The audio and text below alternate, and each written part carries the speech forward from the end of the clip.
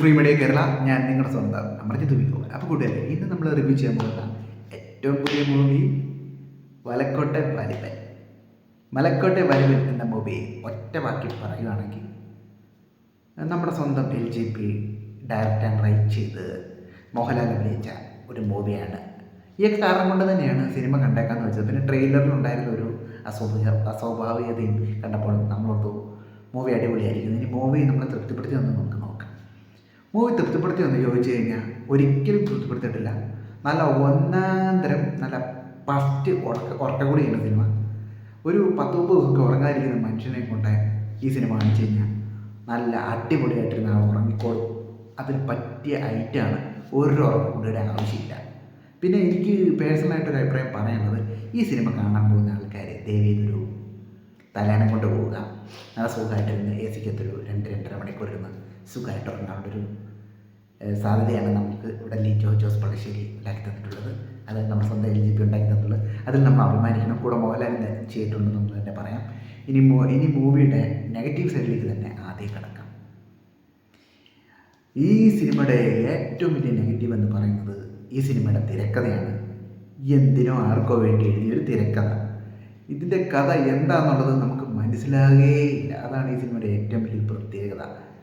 LJPയുടെ എല്ലാ സിനിമകളും ഒരു ടിപ്പിക്കൽ കിളിപോയ ടൈപ്പ് കഥകളാണെങ്കിൽ പോലും അതിലേക്ക് ഒരു സിഗ്നേച്ചർ ടച്ച് ഉണ്ടായിരുന്നു. ആ ഒരു സിഗ്നേച്ചർ ടച്ച് ഈ സിനിമയിൽ ഉണ്ടായിട്ടില്ലെന്നുള്ളത് തന്നെ നിശേഷം പറയാം. എന്തിനോ ആർക്കോ വേണ്ടി എഴുതി വെച്ചിരിക്കുന്നു. എനിക്ക് തോന്നുന്നു ഇത് പുള്ളി കഥ എഴുതിയ സമയത്ത്, ബോധക്കേടുണ്ടായ സമയത്ത് കണ്ട് കഥ എഴുതിയ തമ്മിലാണ് ഈ സിനിമ. പിന്നെ ഈ സിനിമ മുഴുവൻ കണ്ടിട്ട് ഇറങ്ങുന്ന ടൈമിൽ നമ്മുടെ കിളി തന്നെ പോകും. ആ ലെവലിലാണ് സിനിമ ചെയ്തു വെച്ചേക്കുന്നത്.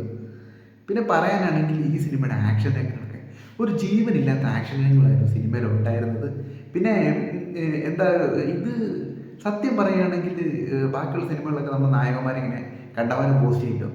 ക്ലാസിക് രീതിയിൽ, സ്കൂപ്പ് രീതിയിൽ എങ്ങനെ നായകന്മാരെ ബൂസ്റ്റ് ചെയ്യാമെന്ന് LJP നമുക്ക് കാണിച്ചു തന്നിട്ടുണ്ട് ഈ സിനിമയിൽ. അതൊരു നല്ലൊരു ഇതായിട്ട് തന്നെ എനിക്ക് പറയാൻ തോന്നുന്നുണ്ട്. ഇനി സിനിമയുടെ പോസിറ്റീവ് സൈഡ്സിലേക്ക് കിടക്കാം. ഇതിൻ്റെ സിനിമാറ്റോഗ്രഫി ഉഗ്രനായിരുന്നു. നല്ല രീതിയിലേക്ക് എടുത്തു വെച്ചിട്ടുണ്ട്. നല്ല ഭംഗിയൊക്കെ ഉണ്ട് സ്ക്രീൻ കാണാനും ബാക്കിയുള്ള കാര്യങ്ങളൊക്കെ. പിന്നെ പാട്ടുകൾ അത്യാവശ്യം കൊള്ളായിരുന്നു. അതുപോലെ തന്നെ BGMs തരക്കേടില്ലെന്ന് തന്നെ പറയാം. അതൊക്കെയാണ് ഈ സിനിമയുടെ ഒരു പോസിറ്റീവ് സൈഡായിട്ട് ഞാൻ പറയുന്നത്. പിന്നെ ഈ സിനിമയിൽ ഇനി അഭിനയിച്ച ആരൊക്കെയെന്ന് പറഞ്ഞു കഴിഞ്ഞാൽ മോഹൻലാൽ ഉണ്ട്. മോഹൻലാലാണ് വാലിബനായിട്ട്. അതുപോലെ സോണാലി ഒരു നൃത്തക്കാരിയായിട്ടായിരുന്നു. ഹരീഷ് പിഷാരടി മോഹൻലാലിൻ്റെ അച്ഛനായിട്ട്. പിന്നെ ധനീഷ് സോൾട്ട്, പുള്ളി ഒരു ടിപ്പിക്കൽ സൈക്കോ ആയിട്ടാണ് ഇതിൻ്റെ തന്നിരിക്കുന്നത്. പുള്ളി അത്യാവശ്യം നല്ല രീതിയിലൊരു സൈക്കോ ആയിട്ട് ചെയ്തിട്ടുണ്ടെന്ന് തന്നെ പറയാം.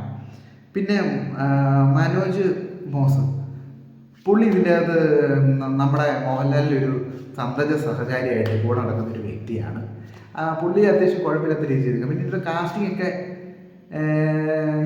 എന്തിനിത് ചെയ്തു എന്നുള്ള രീതിയിലാണ് കാസ്റ്റിങ്. നമുക്ക് കഥ ഒരിക്കലും മനസ്സിലാവില്ലാത്തതുകൊണ്ട് പിന്നെ അത് കുഴപ്പമില്ല. പിന്നെ പറയാനാണെങ്കിൽ ഇതൊരു ക്ലാസിക്കൽ ഐറ്റമായിട്ടാണ് പുള്ളി LJP ചെയ്തിരിക്കുന്നത് തന്നെയൊക്കെ ഒറ്റയടിക്ക് മനസ്സിലാവും. പക്ഷേ ക്ലാസിക് ഐറ്റം ഈ കുളിപ്പിച്ച് ഇല്ലാതാക്കില്ല. ആ ഒരു ലെവലിലോട്ട് സിനിമയായിപ്പോയി എക്സ്പ്രഷനിൽ മൊത്തത്തിൽ നോക്കുമ്പോഴത്തേക്കും. പിന്നെ ഇതിൻ്റെ മ്യൂസിഷ്യൻ എന്ന് പറഞ്ഞ പ്രശാന്ത് പിള്ളയാണ്. എഡിറ്റർ ദീപുവാണ്. എഡിറ്റിംഗ് ഒക്കെ അതൊരു കുഴപ്പമില്ലായിരുന്നു കേട്ടോ. അത് പറയാതിരിക്കാൻ വയ്യ. ഇനി ഇത് ആർക്കൊക്കെ ഇഷ്ടമാകുമെന്ന് ചോദിച്ചു കഴിഞ്ഞാൽ ഇത് നമ്മുടെ ടിപ്പിക്കൽ ആയിട്ടുള്ള മോഹൻലാൽ ഫാൻസുകാർക്ക് കണ്ടിരിക്കാൻ പറ്റും. പക്ഷെ അവരെ കൊണ്ട് ഇത് പറ്റുമെന്ന് ചോദിച്ചു കഴിഞ്ഞാൽ എനിക്ക് ഉറപ്പ് പറയാൻ പറ്റത്തില്ല. വളരെ പാടായിരിക്കും. കാരണം ഫസ്റ്റ് ഹാഫ് സത്യം പറയുമല്ലോ ഇരുന്നുറക്കം തോന്നി. വിഷമമുണ്ട് മോഹൻലാലിലേക്ക് ഈ രീതിയിലൊക്കെ യൂസ് ചെയ്യുന്നത് കണ്ടിട്ട്. എന്ത് നല്ലൊരു നടനായിരുന്നു. നേര് കണ്ടപ്പോൾ ഞാൻ ഓർത്തു പുള്ളിയുടെ തിരിച്ചുവരവാണ്. പക്ഷേ ഇത് കണ്ടിട്ട് പുള്ളിയുടെ തിരിച്ചുവരവൊന്നും എനിക്ക് ഒരു പ്രതീക്ഷയില്ലാതായിപ്പോയി. പുള്ളി നല്ല സ്ക്രിപ്റ്റൊക്കെ എടുത്ത് ചെയ്തുകൊണ്ടിരുന്ന മനുഷ്യനാണ്. ഇത് വായിച്ചു നോക്കാനാണ് പുള്ളി ഡേറ്റ് കൊടുക്കുന്നതെന്ന് പോലും ഞാൻ ചിന്തിക്കുന്നിപ്പം. എന്താണെങ്കിലും അത് അവസ്ഥ ഭയങ്കര പരിതാപകരമാണ്. സങ്കടമുണ്ട് സത്യം പറഞ്ഞാൽ. പിന്നെ ഇത് ഒരിക്കലും ഒരു മാസ് പടമോ അല്ലെങ്കിൽ ഒരു കുടുംബചിത്രമോ ഒന്നും കാണുന്നവർ കാണരുത്.